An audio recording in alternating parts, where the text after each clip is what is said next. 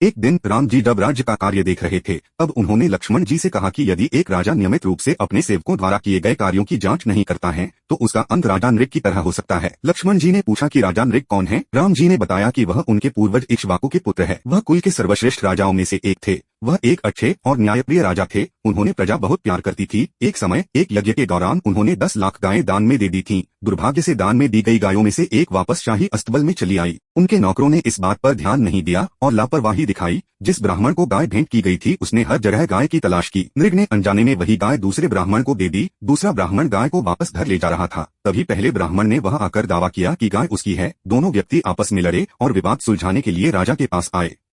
जब राजा को एहसास हुआ कि उसने क्या किया है, तो उन्होंने दोनों व्यक्तियों से विनती की और कहा कि वह उन्हें 100 गायें देंगे और वे इस मुद्दे को भूल जाएं। हालांकि दोनों ब्राह्मणों ने दान लेने से मना कर दिया और वह से चले गए। राजा को एहसास हुआ कि उन्हें अपनी लापरवाही की कीमत चुकानी पड़ेगी। उन्होंने अपने बेटे वसु को राजा बना दिया। मृत्यु के पश्चात यमराज ने उन्हें कहा कि उन्होंने बहुत पुण्य कर्म किए हैं, परंतु उन्होंने ब्राह्मण के धन का भूल से अपहरण कर लिया था। इसके चलते उन्हें उसका दंड भोगना पड़ेगा। राजा नृग ने सहमति दिखाई और यमराज ने उन्हें वापस धरती पर एक कुएं में गिरा दिया और उन्हें तिर्यग्योनि प्राप्त हुई।